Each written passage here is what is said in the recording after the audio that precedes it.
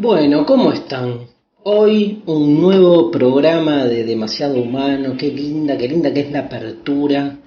Qué fuerza, ¿no? Qué fuerza saber que en la historia de la filosofía ha habido pensadores que más allá de su persona han generado una serie de ideas que realmente se han vuelto fundamentales para poder después recibirlas, esas ideas, repensarnos a nosotros mismos y que de algún modo nos lancen a distintos juegos, ¿no? El otro día debatíamos amistosamente con un amigo en relación a esto, a cuál es la implicancia de la filosofía en la vida cotidiana. Venimos haciendo de algún modo alarde, o entre comillas, ¿no? Tampoco es para tanto, pero venimos trabajando desde la divulgación la idea de que la filosofía puede tener algún tipo de implicancia en lo cotidiano, implicancia transformadora, implicancia, digamos, tal vez no tan grande, ¿no? Salvo que alguno se fanatice con algún pensador, cosa rara, ¿no? Porque hay otros espacios que brindan, me parece, mejores marcos de contención y de realización para los fanatismos. Pero en general, digamos, me parece que lo que brinda la filosofía es la posibilidad, si quieren, de una transformación, aunque sea pequeña o en algunas zonas, ¿no? Y que la divulgación hace como mucho o hace bastante por este camino y en este debate con el amigo, digo, nos debatíamos hasta qué punto, paréntesis, esos amigos irreales, ¿no? Que, digamos, citar a un amigo es como citar potencialmente, habría una fuente que me diría o que me hubiera dicho, o cuántas veces pusimos el nombre de un amigo, debates interiores. ¿Será este el caso? Bueno, no voy a ahondar al respecto, mis fuentes me lo prohíben, pero sí decir que este debate tenía que ver, si quieren, con una cuestión tan alejada de la filosofía en su historia, que es la cuestión del cuerpo, ¿no? O sea, ponemos el cuerpo cuando hacemos filosofía, quiero decir, se trata de un juego de palabras, de ideas que se asocian, casi como una especie de, digamos, de hiperpoema lúdico donde nos dejamos llevar por significantes y significados que entran en una especie de locura, digamos, donde cada uno va relacionándose con otro y nos regodeamos con palabras hermosas o nos regodeamos con, digamos, ideas que sabemos que nos están provocando, pero que después de tanta provocación cerramos la ventana, volvemos a la vida y la vida pasa por otro lado.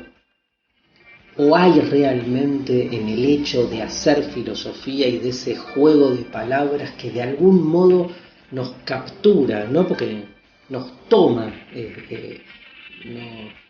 atraviesa nuestros cuerpos? No es que el cuerpo puede tan alegremente distinguir una zona mental como si no tuviera que ver, además, con lo corporal, ¿no? Pero bueno, es cierto que hay toda una forma de hacer filosofía que se pelea contra esto. Es la típica acusación que se le hace a la academia, ¿no? A la academia se le cuestiona el hecho de, no, además de su burocratización y departamentalización, el hecho de su aislamiento, ¿no? De su escisión, de su descompromiso con lo cotidiano, no con la academia, que de hecho es un campo de saber, una institución en la que se libran múltiples batallas de una política filosófica como se libran en cualquier otro lado, pero sí de una especie como de abstracción o erudición en la que todo tratamiento conceptual no deja de ser un tratamiento que alrededor de un concepto técnico por ahí puede llevar añares y puede llevar miles de páginas o cientos de papers, y que lejos estamos de cómo ese tema llega finalmente a transformar la vida, yo qué sé. También hay como una especie de pretensión de que la filosofía transforme la vida como si fuese sucedánea de otros saberes que en su momento sí lo han hecho o creemos que lo han hecho. Bueno, demasiadas reflexiones para nuestro programa número 32. ¿Qué nos depara el número 32? Acá nos trajo nuestra productora general, Mariana Collante, ya en absoluta actitud veraniega, que según el sitio Magia Interior, el número 32 indica que la persona tiene rapidez para dominar varios idiomas al mismo tiempo. Te juro que no entiendo qué tiene que ver, qué quiere decir, por qué un número indica que una persona tiene rapidez, pero que el número lo tiene la persona. O sea, si una persona dice 32 o le encontramos 32 rasgos, bueno, no hay que ver sitios en internet al pedo, básicamente. Es como la conclusión, y menos uno que diga magia interior, no sé. Bueno, en la quiniela el número 32, al final, algo importante, Collante, gracias. En la quiniela el número 32 es el dinero. Señoras y señores, este programa va a acrecentar las arcas monetarias de todos los que los escuchen. No sé cuándo, por ahí no en vida. ¿Ustedes creen que una vez que mueran no van a seguir acrecentando las arcas o no va a haber dinero? ¿Ustedes creen que en el cielo no hay dinero? Que uno va ahí alegremente, toma lo que quiere, dispone de lo que necesita y realiza, digamos, lo que desea. Bueno, ese es el comunismo, señores, no es el cielo, o es lo mismo, no sé, pero dinero ¿habrá o no habrá? Bueno, el ministro Carlos Fait se retiró el 11 de diciembre pasado de la Corte Suprema de Justicia después de haber ocupado el cargo de durante 32 años. Qué linda noticia que nos traes. Vos sabés que yo lo leí a Fait cuando empecé a estudiar filosofía, hice el CBC de la UBA, el famoso ciclo básico común, del que ahora soy docente, y soy docente hace 25 años, así que imagínense, pero hace más de 30 cursé y leí un texto de Fait que ya era grande, o sea, terrible, ¿no? Pero nada, la edad no tiene que ver con nada, la verdad que obviamente uno puede ponerse un poco más quisquilloso con alguna que otra característica, pero la edad es la edad, obviamente habla de lo que es uno, pero no quiere decir nada en relación a lo que uno decide, a lo que uno hace. Fue muy fustigado Fait, entiendo más por sus decisiones que por su edad. Obviamente uno puede arguir que hay ciertas edades que ya están como para dedicarse a hacer otra cosa, pero evidentemente todos los que cuestionaban la edad de Fait lo hacían porque no estaban de acuerdo con lo que sostenía o con lo que decidía, ¿no? Pero bueno, interesante siempre el tema de la edad en relación al amor, al trabajo, a las cosas que uno hace, porque hay cierto cuestionamiento, entiendo yo, en demasía, sobre todo para la vejez. A mí en general el tipo de decisiones que tomaba Fait no eran de mi no eran con las que yo me sentía más identificado, pero poner el acento en la edad me parece que no es el tema, no pasa por ahí.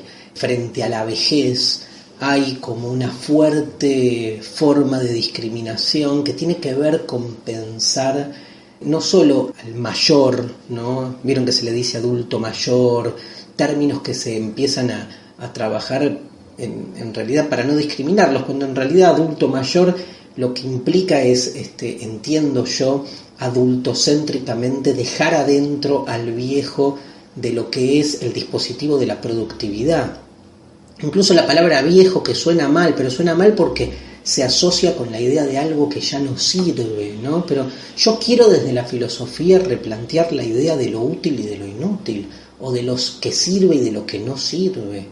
Digamos, no es casual que en términos originarios la filosofía tenga que ver con una zona improductiva y que por eso el adolescente y el grande, ¿no? El viejo, son los que de algún modo no solo más se acercan a la filosofía, sino que se vinculan desde lugares inéditos.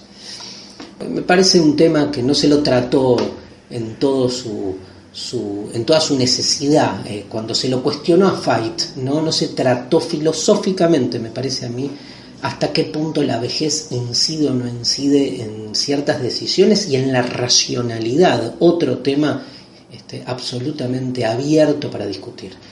El 5 es la terminación del gordo más repetida a lo largo de toda la historia del sorteo extraordinario de Navidad de la Lotería Nacional, que ya ha resultado premiado en 32 ocasiones. ¡Qué vuelta, Marian! O sea, 32 veces salió un gordo de la Navidad terminado con 5. Mirá, pueden jugarle, ¿sí?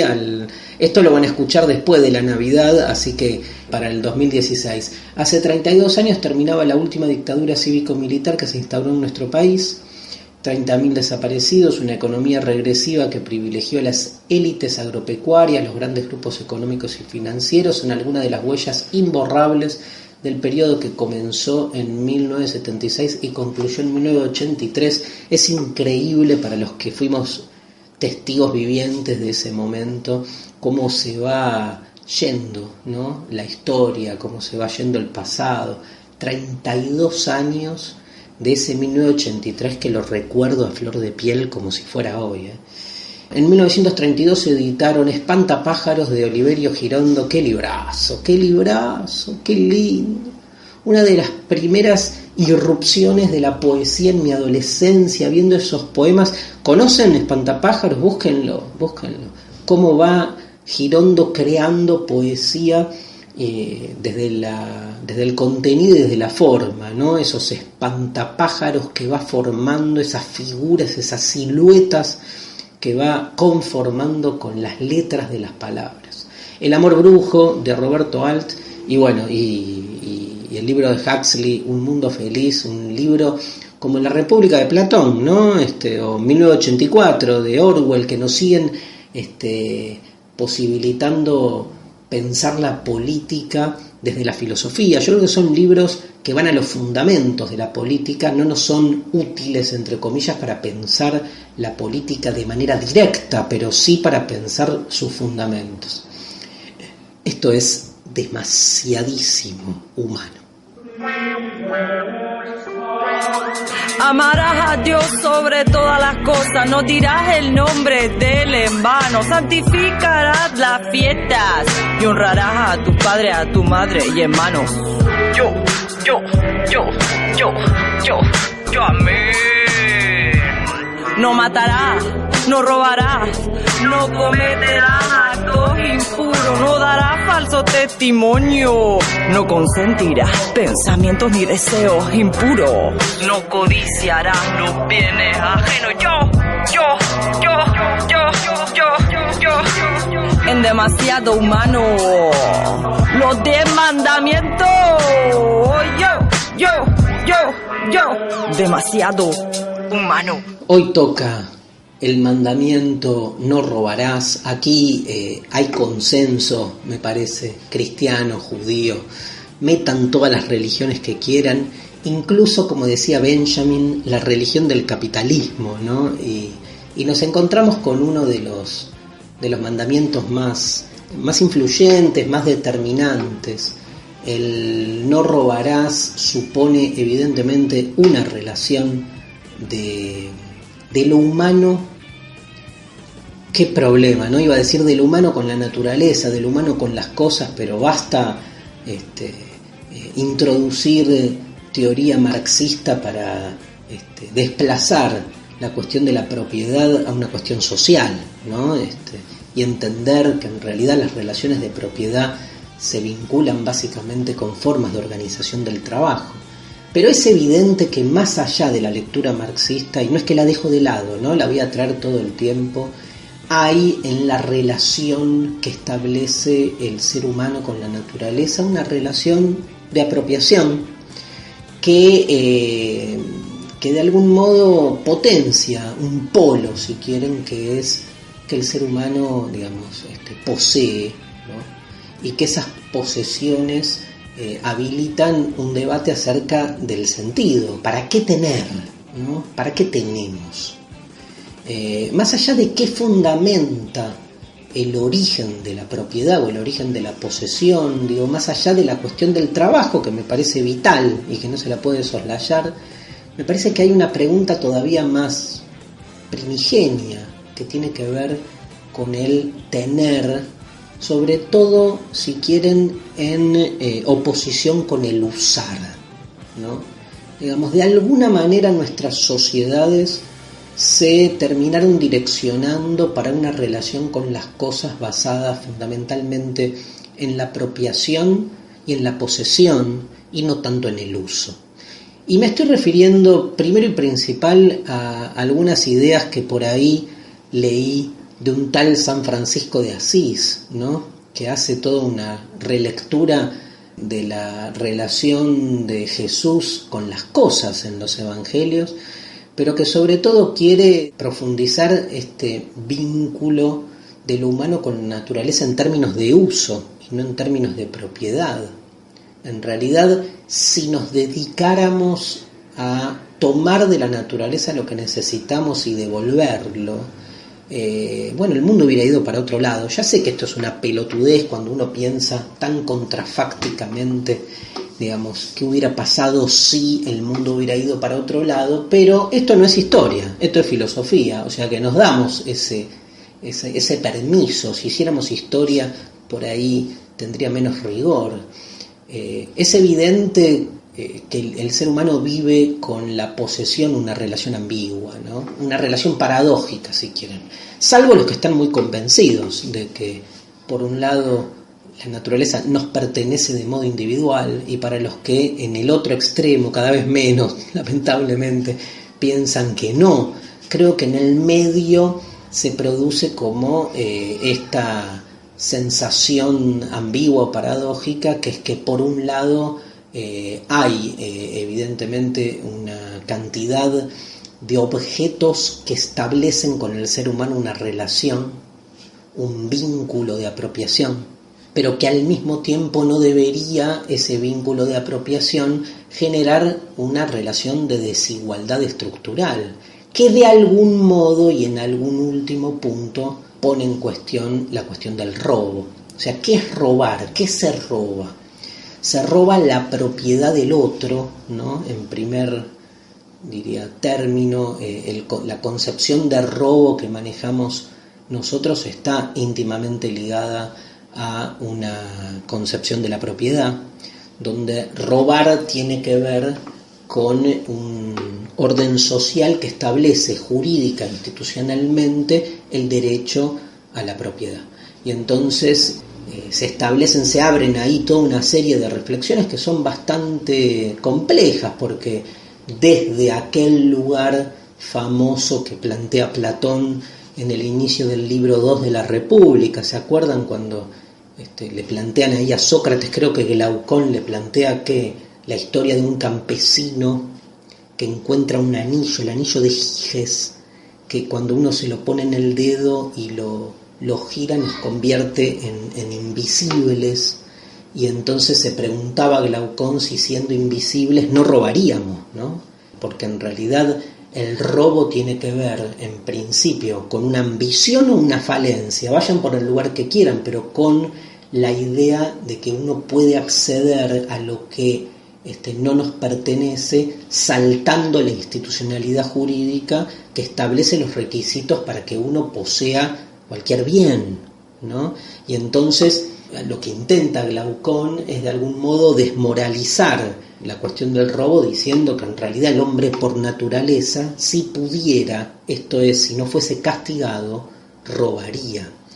Quitar al robo de la esfera de la moral hace que Sócrates vaya con la botina de punta. Les diría que casi entre este relato y toda la primera parte del capítulo 1 de la República, la discusión sobre la justicia, es lo que dispara la escritura de la República entera. Digo, los otros 8 capítulos intentan responder que hay o que tiene que haber un alma justa para no terminar justificando entonces lo que va a ser la idea primigenia después en la modernidad desde Hobbes, que es que en definitiva no es una cuestión de moral la ley, sino una cuestión de consensos, ¿no? De convenciones, y que tienen que ver más que nada con la seguridad.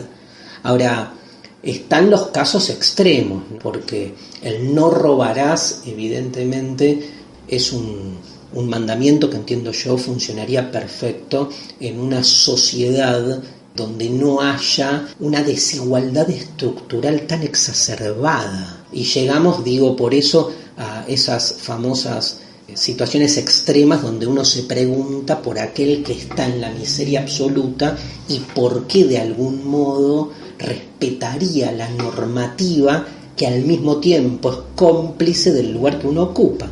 Este me parece que es el gran tema del no robarás. O sea, a nadie le gusta que le roben nada, y menos lo que uno siente que posee a través de su propio trabajo y de su propio merecimiento.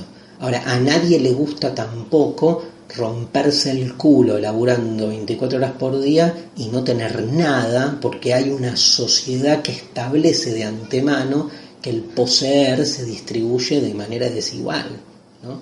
Y entonces genera un conflicto. A mí me parece un mandamiento fantástico, porque lo que hace es poner en evidencia esa ambigüedad que es estructurante de una sociedad problemática, donde por un lado habría que realmente revisar cuáles son los fundamentos que establecen el derecho a la propiedad, y al mismo tiempo, digamos, revisar entonces esos saltos contrainstitucionales que terminan legitimando robos que no debería ser así. Digo, también pasa al revés. En nombre de cualquier cosa se justifica que está bien robar, ¿no? Y me parece que volvamos al originario del término. El robo tiene que ver con la sustracción de algo que no me pertenece. Cuando yo robo, entonces siento que tengo derecho a poseer lo que otro posee, y entiendo que ese objeto o ese bien podría ser mío sin ningún otro tipo de regla que no sea su apropiación por fuera de toda normativa. Digo, lo que no estoy aceptando en ese caso es la normativa que establece que para poseer ese objeto lo tengo que comprar, o tengo que trabajar por él, o lo tengo que pedir, ¿no? Sino que hay un acto de violencia en el robo. Esta es la palabra que andaba ahí dando vuelta, ¿no? Y que no quería bajar. Hay un acto de violencia en el robo, un acto de violencia que de algún modo se justifica, o que intento justificarlo cuando lo hago. Me parece que ahí está la raíz del problema. Si hay violencia, pasa lo siguiente: yo puedo entender los motivos por los que uno robe, no puedo entender los motivos por los que a mí me roben. O sea, el robado nunca va a admitir, por más desigualdad estructural que haya en la sociedad, que lo que posee pueda serle sustraído. Por eso yo creo que cuando se cuestiona el robo, sobre todo en las situaciones límites, que tienen que ver con la carencia, con la indigencia, con la miseria, me parece que no se trata de pensar que hay bienes que unos poseen que podrían pasar a ser parte de otros. Digo, el problema no es quién le roba a quién, el problema sigue siendo la propiedad. Entonces digo, utópicamente, sigue abierta la posibilidad, en tiempos donde cada vez más el capitalismo se nos presenta con una fuerza natural, concluyente, incuestionable, sigue siendo necesario pensar los fundamentos de la propiedad, porque a nadie le gusta que lo roben, pero a nadie le gusta también vivir en sociedades tan desiguales. Hay algo de la propiedad que tiene que volver a replantearse desde su origen, ¿no? Y entonces citar a San Francisco de Asís o a Marx no es gratuito, porque me parece que ahí se va originando una zona novedosa. No hablo del comunismo histórico, que todos sabemos ya cómo reprodujo mucho de los problemas que el mismo capitalismo genera en relación a lo propio y a lo impropio, ¿no? Me parece que, sin embargo, se puede repensar otras formas de relacionarnos con la propiedad, que entonces devengan en otra forma de relacionarnos con lo propio, ¿no? Lo propio y la propiedad. O sea, hasta qué punto las propiedades habilitan o expresan lo que somos, expresan lo propio, y hasta qué punto nos confunden muchas veces. No sé, no soy ingeniero social, ni soy político.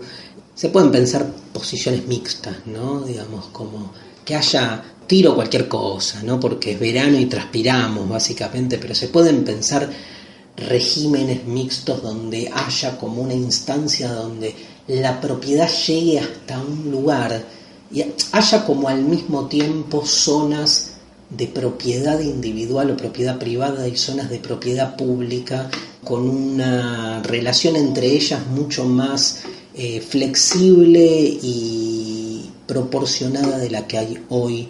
Revisar esa relación entre lo público y lo privado me parece clave. Para terminar, desde el punto de vista moral, creo que revisar la idea de individuo es clave. No estoy con esto lanzando una especie de apología del robo, pero no quiero caer en lo contrario, generar una apología de la propiedad privada sin problematizar sus límites, ¿no? Me parece clave en ese sentido volver siempre sobre lo que nos vincula con los otros y sobre todo con el otro desposeído, ¿no? Porque ese otro desposeído de algún modo nos obliga, ¿no? Como diría Levinas, nos está todo el tiempo interpelando en nuestra responsabilidad por su propio sufrimiento, que de algún modo del que nos podemos no ser causa directa, pero sí somos responsables.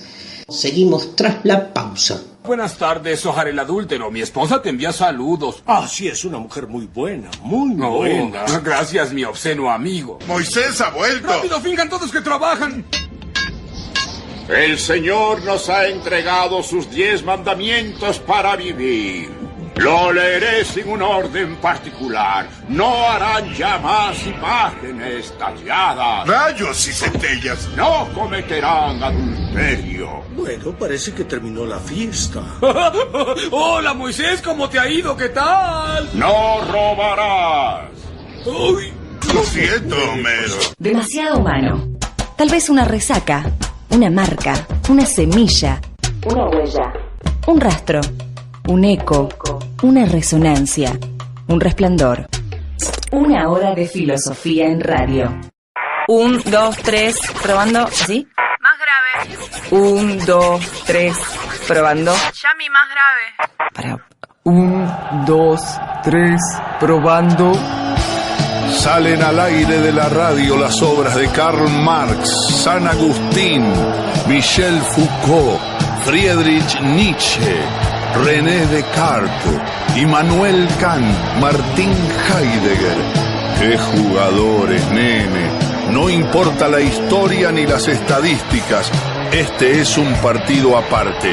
Los clásicos de la filosofía vuelven a hacer valer sus títulos en Demasiado Humano. Bueno, aquí estamos en un nuevo bloque de Demasiado Humano con nuestra sección favorita, los clásicos. ¿Por qué dije favorita? No, bueno, porque los clásicos son los libros favoritos, ¿no? Por algo se volvieron clásicos. Gran discusión acerca de la naturaleza de lo clásico. ¿Por qué un libro de filosofía se vuelve clásico? Algo dijimos cuando presentamos la sección, pero bueno, está claro que tiene que ver con algún tipo de trascendencia en el tiempo. No solo porque su escritura supone, digamos, una serie de conceptos que atraviesan la epocalidad y que nos sirven para seguir pensando situaciones, fenómenos más allá de eso que Baudelaire llamaba el ropaje de la época o el ropaje del tiempo, sino que esa inactualidad al mismo tiempo, que creo yo se entrecruza con que son representativos de su tiempo, ¿no? Entonces tienen eso los clásicos. Uno lee a Platón, uno lee a Aristóteles, uno lee a San Agustín y por un lado entiende lo que fue la época en la que estos autores vivieron y escribieron, y al mismo tiempo esas ideas las entiende uno como provenientes desde ese momento, atravesando la temporalidad hasta nuestro presente, e interpelándonos todavía en esa línea de tensión entre el presente y el pasado.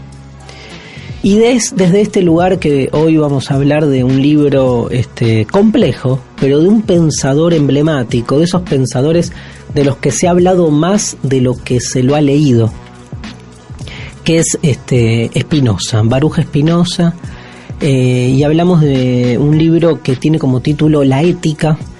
En realidad su título es Ética demostrada al modo geométrico, escrita por Spinoza. Spinoza muere en 1677, nace en 1632. Y es un libro con una particularidad. Primero, que Spinoza es un fiel representante de un siglo XVII, que es un siglo, yo creo que el XVII y el XIX son los dos siglos más interesantes en términos de producción filosófica. El XIX por motivos que no vamos a exponer acá, porque no le toca al 19, sino al 17, porque es un siglo donde más patente se vuelve el tránsito de esa edad media agonizante y de esa modernidad en pañales. Un viejo mundo que va muriendo, un nuevo mundo que va naciendo, y en ese punto de intersección no lineal, justamente, entre el mundo que se va, ¿no? ¿Se acuerdan de esa frase de ese poema de Hölderlin que Heidegger siempre repetía? Un tiempo donde los viejos dioses ya se han ido y los nuevos todavía no han llegado. Bueno, esa es la sensación de este siglo XVII, el siglo de Shakespeare, el siglo de Galileo, el siglo de Descartes, el siglo de Newton y el siglo de Spinoza. La Ética es un libro muy particular, podría decir que es el primer tratado filosófico que, sin abandonar la idea de Dios como totalidad, define a Dios por fuera de lo religioso. Es el primer libro secular cuyo tema es Dios y que genera en uno una sensación ambigua, porque uno todo el tiempo mientras lee el libro entiende que el Dios al que se dirige Spinoza no es el Dios de la religión, pero tampoco en ningún momento uno se corre tan terminantemente para decir, bueno, no, esto es otra cosa. Porque creo que lo más notable y de algún modo lo que le ha valido tanta persecución, recuerden que a Spinoza lo excomulgan de su comunidad, la comunidad judía amsterdolana, la comunidad judía de Ámsterdam del siglo XVII lo excomulga. Él es el anteúltimo judío excomulgado, y con una excomunión así que lo arrojan, digamos, a las peores maldiciones posibles. Lo que hace Spinoza es dar una pelea por el nombre de Dios, y eso tiene que ver con la excomunión. Y a mí me parece una pelea clave. A mí Spinoza me atraviesa en ese punto. Fue como un aprendizaje, o sea, no entrego los términos, no entrego los nombres, no entrego las palabras. Desde Dios hasta libertad, desde progresismo hasta peronismo. No se entregan las palabras, no, se da pelea. Spinoza da una pelea que le cuesta mucho en su época, en su vida. Es muy interesante también visualizar que cuando lo excomulgan él tiene 26 años y que en realidad no había publicado todavía ninguno de sus libros. Tampoco publica, creo que tiene 5 o 6 libros publicados, de los cuales solo 2 publica en vida, 2 o 3, con lo cual la excomunión tiene que ver ya con que él era un personaje que de algún modo tenía una presencia en ese momento, era maestro, ¿no? Se dice que 2 alumnos medio que lo acusan por algunas ideas que tenía, pero cuando escribe la Ética, bueno, genera una ruptura radicalizada. Por un lado, porque la Ética es un tratado de geometría cuyos conceptos son conceptos morales. Esto es lo caricaturesco del texto, lo singular del texto, ¿no? Que es esa mezcla entre, por un lado, un intento de axiomatizar la ética, porque la Ética como libro es un libro en el que Spinoza va presentando distintas definiciones de Dios, a partir de las cuales comienza a demostrar, como si fuese un tratado de matemática, teoremas que se van deduciendo de axiomas anteriores. El libro consta de axiomas teoremas, corolarios, definiciones. O sea, parece un tratado euclidiano. La diferencia es que en vez de hablar de círculos, líneas y rectas, habla de Dios, hombres, el bien, el mal, lo nutre de un contenido que no tiene nada que ver con lo geométrico. Lo geométrico se vuelve casi una metodología que en una época donde la matemática tiene tanta fuerza metodológica, parecería estar como legitimando en demasía lo que Spinoza quiere demostrar.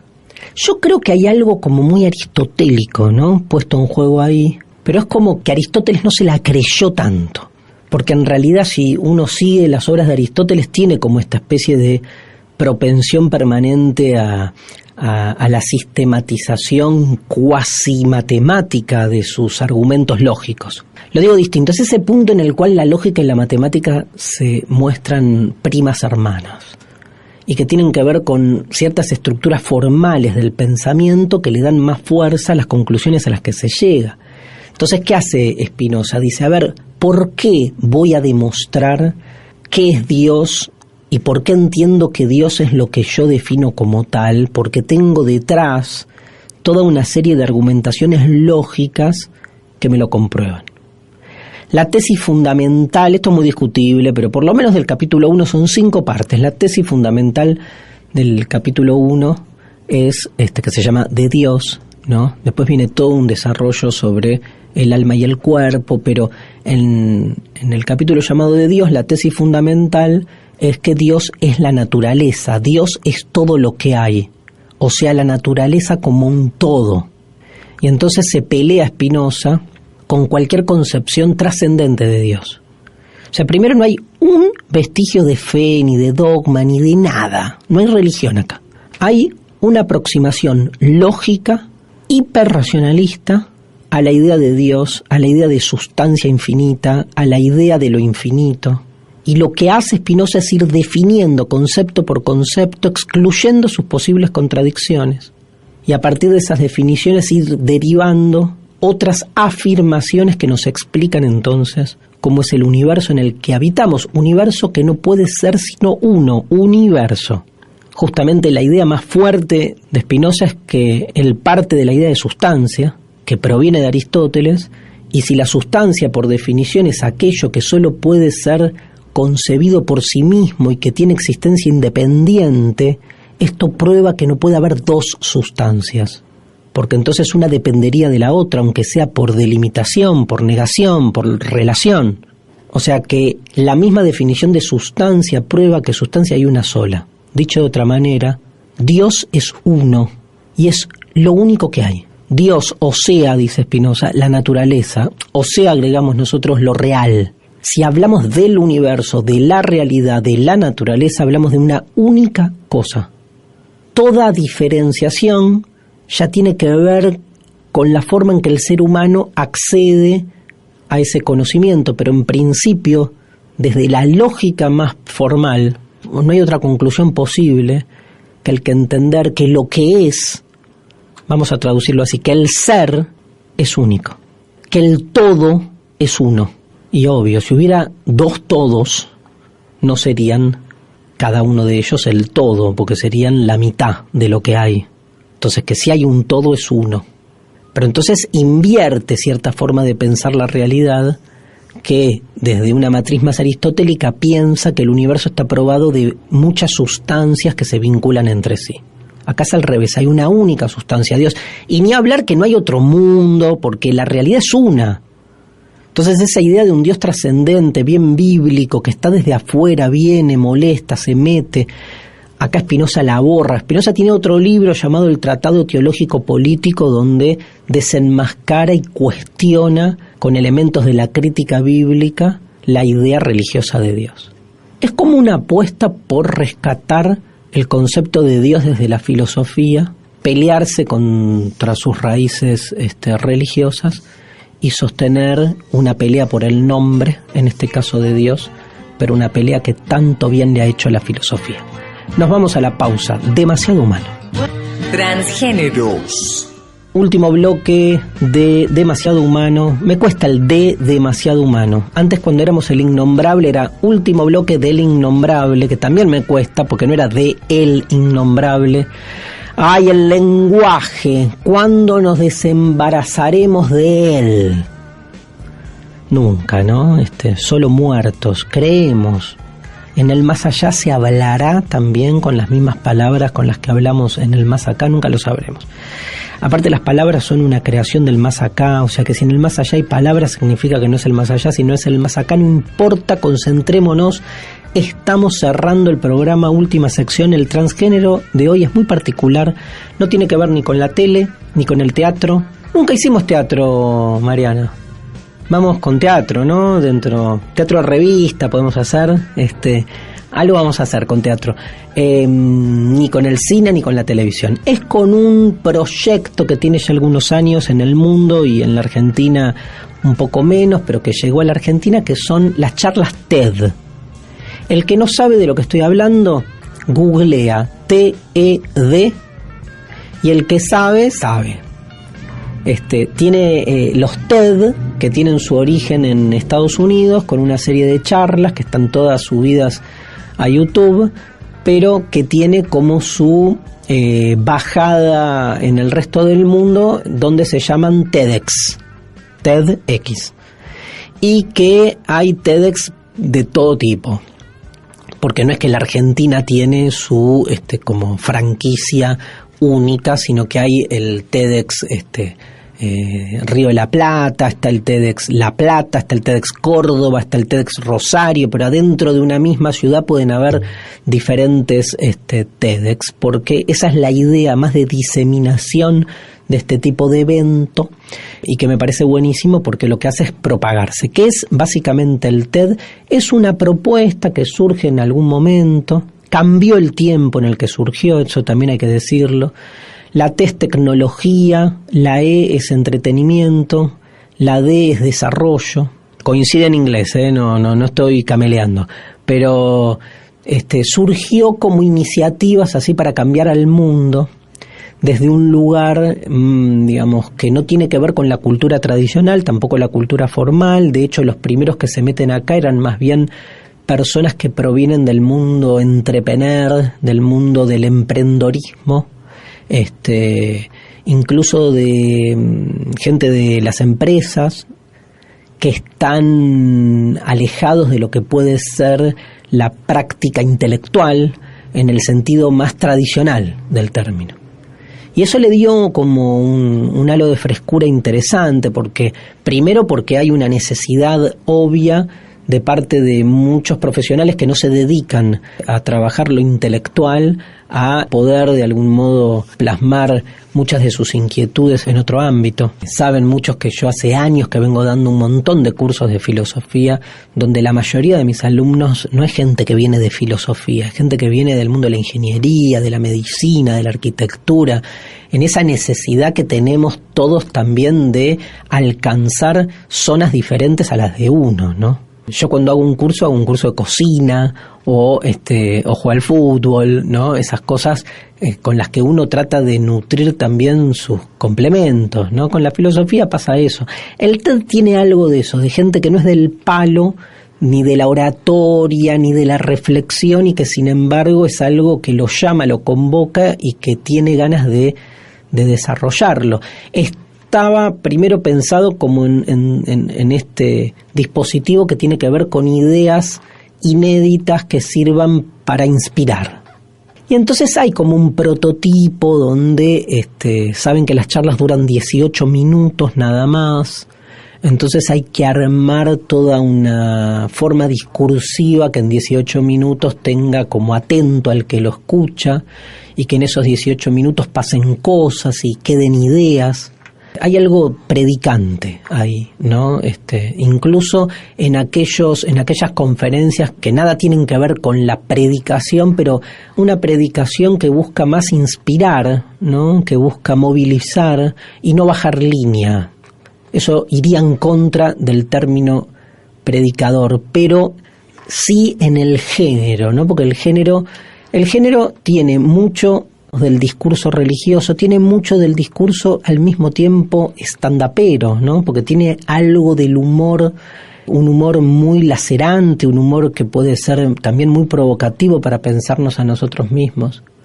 Yo estuve en 3, 4, si no me equivoco, proyectos TED muy distintos y mi sensación fue esa, ¿no? Me encantó en todas las que fui, porque uno siente que, digamos, que puede como sacarse como ciertas formalidades propias de lo que hace y poder dar una charla amena, bien preparada. Hay normativas, hay criterios que hay que sostener en el TED que tienen que ver con un formato que se busca preservar. Escuchamos algunos ejemplos del TED, que acá en la Argentina está dirigido por el amigo Jerry Garbulski, un gran amigo que la verdad está haciendo un trabajo fascinante. Escuchamos una selección de algunos TED que nos trajo Mariana Collante, nuestra productora general.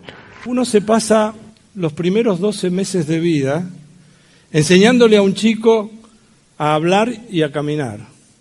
Y los siguientes 12 años espera que se quede quieto y callado. Y me pongo a pensar, qué interesante podría llegar a ser escribir una canción que hablara de alguien que no importa quién es, que por un motivo que se desconoce y que tampoco importa, tenga que ir a la casa de alguien que tampoco importa quién es, pero que se relate lo que sucede en el trayecto. Me pareció como un concepto muy fuerte y muy interesante, ¿no? En 1998 yo estaba muy enamorado de una chica que también estaba muy enamorada, pero de mi mejor amigo. Imagínense lo triste que estaba, lo deprimido que estaba. Y como siempre fui un poco nerd, lo que hice es refugiarme en los libros. Y me puse a leer sobre el asunto. Y descubrí que existía y existe una ciencia de la seducción, una ciencia del levante. Hoy traigo buenas y malas noticias. Las malas, ya lo dijo Matías, el tamaño importa. Las buenas, cuando las cosas son chiquititas, tienen nuevas y maravillosas propiedades que vale la pena experimentar. Pero no crean que voy a hablar únicamente de sexo acá, sino que voy a hablar de nanotecnología. ¿Y qué es la nanotecnología? Es de lo que van a hablar ustedes, sus hijos y sus nietos los próximos 50 años. Ustedes tendrán millones de sueños que tendrán por su cabeza cada vez que apoyan la almohada o cada vez que encaran un proyecto, ¿no? Y mi vida ha sido sueños, pero los sueños están, pero hay que hacerlos sólidos, y lo sólido es una escalera que llega al gran sueño, que es el éxito. Estén atentos, ya que en los siguientes minutos le vamos a mostrar cómo filtrar de la realidad aquello que nos es útil para conseguir nuestros objetivos. Le enseñaremos una atractiva receta a través de la cual ustedes mismos van a poder ver la realidad con otros ojos. Utilizaremos la hipnosis como una herramienta con algunos de ustedes. Y lo más interesante, al final de la experiencia realizaremos una experiencia todos juntos, al final de esta charla. No inventé nada, no descubrí nada, no tengo una idea innovadora, no tengo mujer, no tengo hijos, no tengo plantas en casa, tengo muñecos y tengo historietas. Estuve en el panel de Gran Hermano. Hice eso por mi país. En una época estaba muy comprometido con las causas que nos importaban a todos los argentinos. Hablé de Cristian, opiné sobre él, pero lo hice con responsabilidad, siempre. Pensando que estaban ustedes del otro lado, pidiendo lo mejor. Lo escuchábamos al amigo Sebastián De Caro. La charla la tituló Robar el mundo. Fíjense los títulos: El placer de tener un problema no resuelto en la cabeza, dice Adrián Paenza. Roberto Muso, ¿por qué me cuesta tanto llegar? Andrés Riesnik es aquel que escucharon recién hablar sobre la ciencia de la seducción. Él le puso la ciencia del levante. El tamaño importa, Galo Soler y Lía. Sueños, Juan Curuchet. O sea, tenemos deportistas que vienen a contarnos desde sus experiencias cómo encarar un emprendimiento. Se puede entrenar a la mente para ser exitoso, fue ese dúo que escuchábamos. Todos unos fragmentos los pueden encontrar en YouTube, todos, que son Gonzalo Leblanc y Daniel West. Es polémico, ¿no? Es polémico el TED. Porque por un lado es en su intención de ser efectivo, de llegar, de provocar algún tipo de movilización, pierde por ahí, son las críticas que se le hacen, ¿no? Pierden como cierta profundidad. Y esto, vamos a favor del TED, ¿sí? Yo estoy a favor del TED, anticipo, pero voy a tratar de ser neutral en el análisis. Digamos, pero a favor del TED diríamos, no es su intención ser profundo. Su intención es ser impactante. Su intención es, y tiene que ver con algo de lo que hacemos, por ejemplo en este programa, desde la divulgación, es tomar contenidos que histórica o tradicionalmente fueron dejados de lado por lo que es el mundo tanto del espectáculo como de la puesta en escena, y mostrar que uno puede ir, estas jornadas duran un día entero, uno se anota, está ahí, es con gente que no conoce, escucha más o menos 10 charlas de 18 minutos, en el medio circula, porque hay 2-3 recreos, breaks, donde de algún modo charla con los otros, y charla sobre lo que escuchó, y lo que escucha, aunque no es trabajado con la profundidad que puede trabajarse, tanto en una clase teórica, como en un curso que dura un año, como en un libro, sin embargo son disparadores que están pensados de distintos objetivos. Juan Curuchet contando, él como un líder deportivo, contando entonces cómo encarar lo que según su experiencia fue su éxito en el mundo del deporte, pero que puede ser el desarrollo de cualquier otro en lo que haga.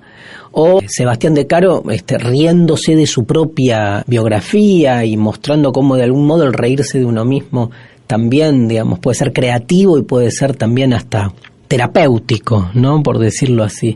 También hay esto de que venga gente que uno está acostumbrada a escucharlo hablar de un tema específico y hablar de otro. Yo cuando fui al TED Rosario, del que participé, estaba Martín Lustó, actual embajador en Estados Unidos, hablando sobre una economía, si no me equivoco, de la simpatía o de los afectos. ¿Economía? ¿De la ansiedad? Ah, mira cómo me fui de ansiedad. No, no era ansiedad el mío, Vos viste, pero era el de Rosario, dice Mariana, qué mal mis recuerdos, ¿no? Voy a tener que trabajar porque la ansiedad la troqué en simpatía. Tremendo. Bueno, pero con lo que nos encontramos entonces es con otro objetivo que está presente acá. Y una de las críticas, digamos, tiene que ver con que no hay, obviamente es muy personalista el sistema, pero también es cuestionable porque han habido algunos TED donde han venido grupos que juntos, me acuerdo por ejemplo un TED donde vi a la gente de PH15, un emprendimiento fotográfico muy interesante que se hace en las villas aquí en Buenos Aires, y entonces vinieron como colectivamente a presentar el proyecto.